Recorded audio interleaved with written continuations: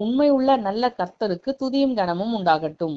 இந்த நாளுக்கான ஆதார வசனங்கள் ஜெபிக்க சங்கீதம் 119 41 கர்த்தாவே, உம்முடைய வாக்கின்படி உமது தயவும் உமது ரட்சிப்பும் எனக்கு வருவதாக. துதிக்க ரோமர் 4 அதிகாரம் 21 தேவன் வாக்குத்தத்தம் பண்ணினதை நிறைவேற்ற வல்லவராயிருக்கிறார் என்று முழு நிச்சயமாய் நம்பி தேவனை மகிமைப்படுத்தி விசுவாசிகளாகிய நாம் இந்த நாளில் ஜெபிக்க வேண்டியது, கர்த்தர் நமக்கு கொடுத்திருக்கிற வாக்குத்தத்தங்களின்படியே நம்மை நினைத்தொருளி நமக்கு தயவும் கிருபையும் செய்ய வேண்டும் என்று அதற்காக நாம் காத்திருந்து ஜெபிக்கலாம்.